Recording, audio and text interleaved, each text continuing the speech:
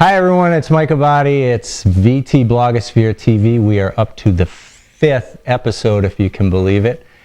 And we're on a good run of luck here because Jack McCullough is here today. And he is an extremely prolific blogger. He's a front pager at Green Mountain Daily, as well as the publisher of Rational Resistance. And he's a contributor to Beyond Vermont State Hospital, which is a mental health advocacy blog. And thanks for making it, Jack, and welcome. Mike, thanks for having me. It's great to be here. Thanks for the pitch. I appreciate the opportunity to talk about what I've been doing. Excellent. I'm wondering about the 3 blogs you're involved with. I guess sort of what the differences are, the types of blogs they are, and maybe some of how they started history. Sure. Well, I started out, I can almost remember the date. I started out doing Rational Resistance. And it was sort of to protect my wife from having to hear it from me all the time. And finally, Bush had just done one more outrageous thing. I don't remember exactly what it was. And I just decided, instead of complaining at home all the time, I would get the word out a little bit. And so I got on my computer and created this blog, which turned out to be Rational Resistance, mainly as an opportunity to push my political ideas and resistance to what is going on in the country, but also my resistance to the wave of irrationality that has really dominated a lot of public discourse in terms of credulous religious belief and the role that it plays in our society. And so that's what I started working on. We're coming up on 3 years now. It was like December of '05 that I did my first post on Rational Resistance. And I'd been doing that for a little while, and I got a call from John Odom, a friend of mine who I'd worked with in politics for many years.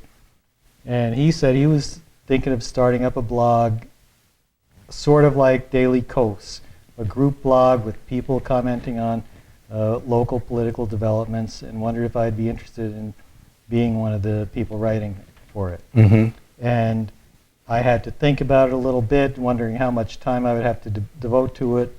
And within a week or so, I said, yeah, it sounded like a great idea. Great. And the third blog you mentioned, Beyond Vermont State Hospital, was established by a local blogger and mental health advocate named Morgan Brown. And he approached me because we know each other professionally because of my work as the director of Vermont Legal Aid's Mental Health Law Project. And I've been doing a lot of work involved with the state hospital, the potential for closure, the ideas of replacing the state hospital. And so I don't know how long I've been writing on Beyond VSH, a couple of years probably. Okay. So it's a kind of a nice across the board look at 3 types. The GMD is kind of a community blog.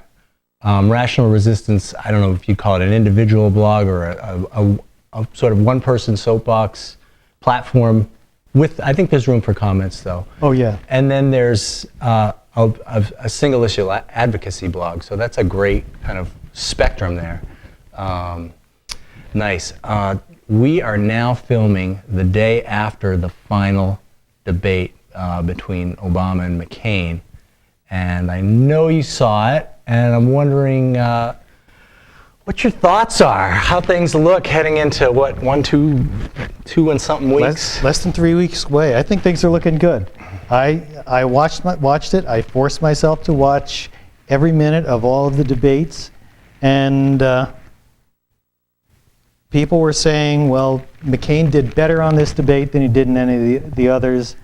I'm not sure I saw it that same way, although as I posted in my comments and on Rational Resistance, he apparently took his Geritol because he had a little more kick to him last night. He was a little higher energy, but that really seemed to translate to just seeming very, very nasty and hostile. And I don't know that that's a winning strategy for him. Right. Right. for anybody. You know, people, when Bush was elected, people talked about how they were voting for someone that they wouldn't mind sitting around and having a beer with, even though he claims to be a sober former alcoholic. You know, some people would say, well, he's really just a dry drunk. But I don't think people want to spend a lot of time with the gargoyle that they saw as John McCain last night.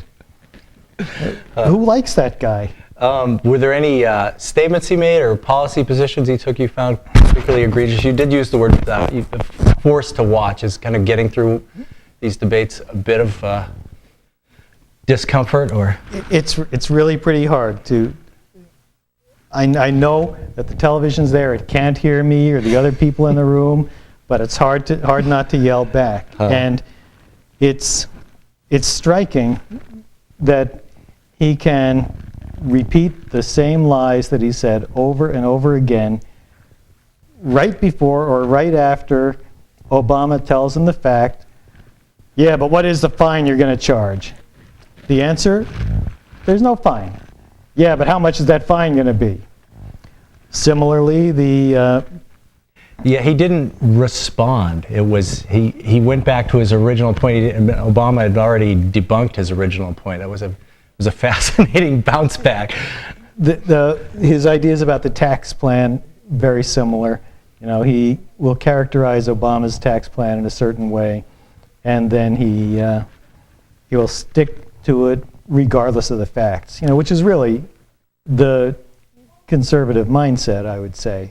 That you know, what we've seen in the last 8 years of the Bush administration is that the facts don't matter. You know, you might remember the book that came out where I think it was Cheney was quoted as saying, well, you see, you act as though you're one of these people who sits back and analyzes the facts and thinks about what they mean and reasons out a solution. I think he used the word reality-based. We call you people part of the reality-based community. That's right. And that the facts don't matter to us. Well, it's fascinating because they're operating under a very postmodern idea that you create your own reality. The facts don't matter. Well, I still think the facts matter. Them. You know, hence rational resistance. Hence rational resistance, and in fact, one of our taglines on Green Mountain Daily is also from the reality-based community, the reality-based commentary. You know, you frequently hear people say you're entitled to your own opinion, but you're not entitled to your own facts. Right. And making stuff up only works for so long. And I think the Bush administration has demonstrated they've run into the limits of how much they can make stuff up and still hope to control events. Right. A couple of things that really struck me about McCain last night was he used air quotes a few times in this sort of sarcastic way, and he talked about Obama being pro-nuclear power, but that he wants it safe. Like that safe is ridiculous, and then also like the health of the mother in a late-term abortion situation, he treated as sort of scoffable. I felt it was his strangest, not strongest performance today, but I was surprised to see that. Well, I thought that was very strange, and other commentators have picked up on the idea that health of the mother, you can use air quotes because health of the mother is not a real consideration. You know, if this is someone who really hopes to get votes, as he was obviously pandering to women by picking Caribou Barbie as his running mate, but this is not a way to do that. And another thing that was striking was this bizarre reptilian sneer that would cross his face. And Obama would say something and he thought he had the perfect comeback, and you'd see this grim smile on his face. It seemed like he was taking smiling lessons from Cheney or somebody.